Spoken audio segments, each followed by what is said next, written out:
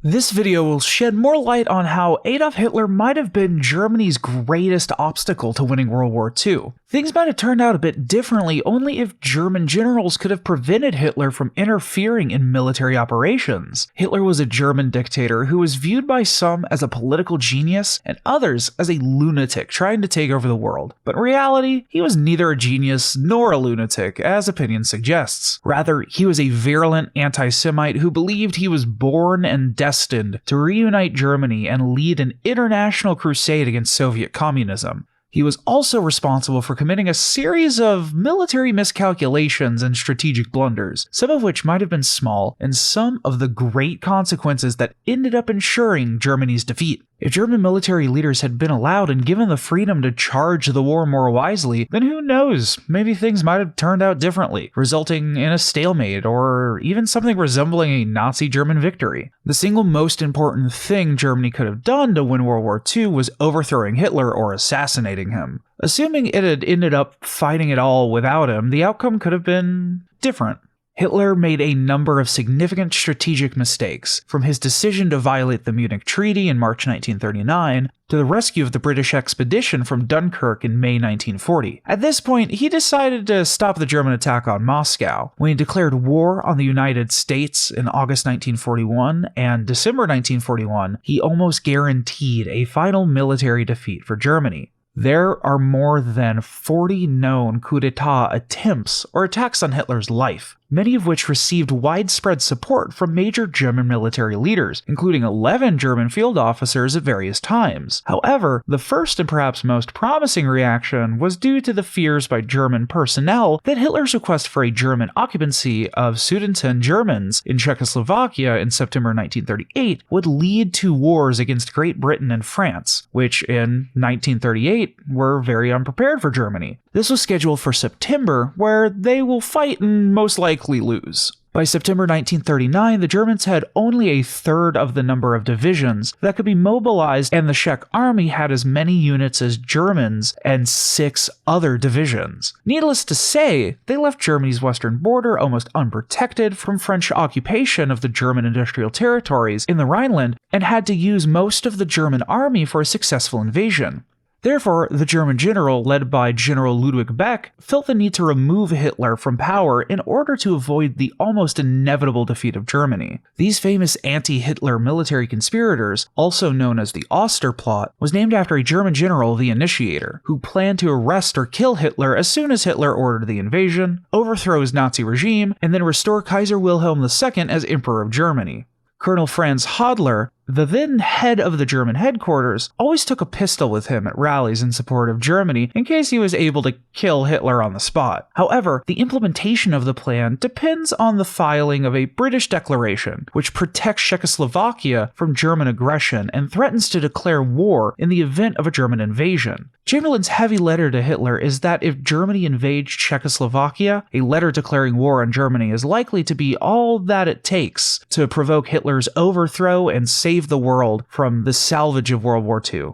The coup participants sent agents to inform former British Prime Minister Neville Chamberlain of plans to overthrow Hitler. They wanted Hitler to make such a statement to justify his overthrow. Unfortunately, the British cabinet rejected his application. The plan to overthrow Hitler resulted in the loss of much of Germany's highest military support after France and Britain signed the Munich Peace Treaty, leading to most demands without a war. After the Nazis, the German government would never expel Jews from the country, let alone massacre Jews during the Holocaust, as Hitler did. The coup participants continued to plan to overthrow Hitler after signing the Munich Peace Treaty, but high-level military support provided by the coup was significantly weakened after Hitler's swift handover to Germany from 1938 to 1941. Chamberlain strongly supported Germany's efforts to overthrow Hitler until his death in 1940. However, his successor Winston Churchill rejected repeated requests from the leaders of the German resistance to killing him.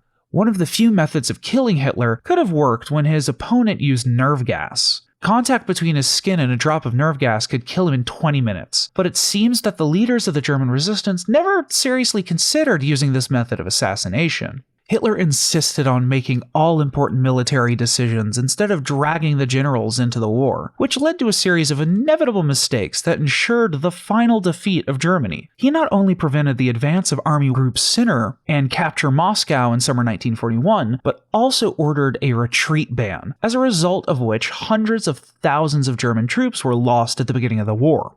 Strange to them, the entire German army was besieged and captured when war broke out against them. Some historians argue that this withdrawal order prevented the withdrawal of German troops from becoming brigands against the Soviet offensive in the winter of 1941. This may be true, but an exception. Hitler also ordered a controversial military attack on Stalingrad in August 1942 and Kursk in July 1943, as well as the Ardennes in December 1944 and the Ardennes in Hungary in March 1945, leading to a major defeat for Germany. Without him, Germany could have survived successive Soviet attacks for years. Hitler spent over $2 billion developing and producing a vast arsenal of Taubensarin nerve gas, far more lethal than the Allied mustard fields. Hitler unbelievably spent just as much as the United States spent on the Manhattan atomic bomb project. However, Hitler still rejected repeated requests from the military leaders to employ this weapon against enemy forces on the battlefield. Even though the Western Allies and the Soviet Red Army were conquering Germany from January to May 1945, all Hitler did was prepare to commit suicide. The Germans could have repelled the Allied invasion in Normandy on D-Day using massive amounts of nerve gas. The Germans could have delivered the nerve gas through a mortar, with which, along with other artillery, would have been much more than the Allies, since delivery by air would have proven very challenging due to Allied air superiority. However, Winston Churchill reportedly had no such fears and planned to use the mustard gas for German troops off the coast if they eventually invaded Britain.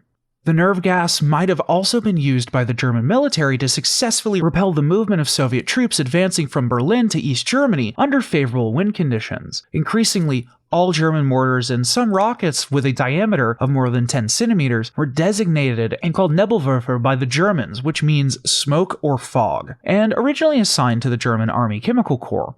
The Nebelwerfer were primarily intended for delivery of toxic gases and fumes. Hey, if you liked the video so far, could you leave a like and maybe subscribe? It definitely helps out.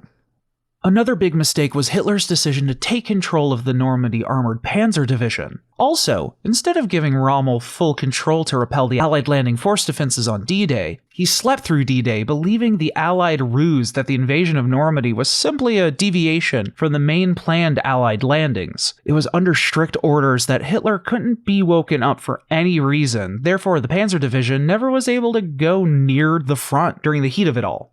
When Hitler was appointed Chancellor in 1933, his ferocious anti-Semitism, which he developed after Germany's surrender at the end of World War I, prompted top German and Hungarian Jewish scholars, especially Albert Einstein, who was working at Prussian Academics of Sciences, to move from Berlin to America and England. Their support was needed to support allies in the development of the atomic until July 1945. If Hitler and the Nazis never passed a Jewish discrimination law, Einstein and other European scientists would have helped Germany develop the atomic bomb first. Then Germany can use it to break through the Eastern blockade and create a more favorable, peaceful solution with the Soviet Union. This would have raised Germany together with the United States and Soviet Union to the status of a military superpower. This completes a list of the most important things that Nazi Germany could have done differently to win World War II. Even if they technically won the war, their victory may be limited if they didn't conquer Moscow and push the Red Army back to the Archangelsk-Volga-Ostroghan line. However, Stalin would have ended up fighting the Germans and deporting them, which would lead to a temporary German victory and prolong the war much longer than was the case in real history. The most likely outcome of a victory for Germany in the war would have been a German-dominated Europe, with the complete withdrawal of German forces from northern, southern, and western Europe, excluding only Luxembourg and Alsace-Lorraine. German troops would be stationed in Eastern Europe to defend against the renewed Soviet invasion, while Poland would be led by a German guard. The Soviet Union would have likely returned to its border in 1938, while Nazi Germany would have started a more than half-century Cold War against them. Had Germany pursued other options, they might have succeeded in regaining its African colonies and may have succeeded in adding a few new ones. If Jews were forcibly deported to Palestine under a peace treaty with Britain, as demanded by Hitler in the May 1941 peace proposal, the Jewish Holocaust would have been largely stopped. In the end, a victorious Nazi Germany would likely have been a contended regional power not bent on world domination, as Allied war propaganda and popular mythology suggested at the time. Hopefully Hitler would have been assassinated and the Nazis overthrown by the German resistance shortly thereafter, returning Germany to democratic control. Then the new German government could have given Poland, Estonia, Latvia, Lithuania, and the Czech Republic complete independence and restored all Polish territories with a Polish majority. Then the possibility of inviting them to join the new Union for joint defense in Central and Eastern Europe against the Soviet Union.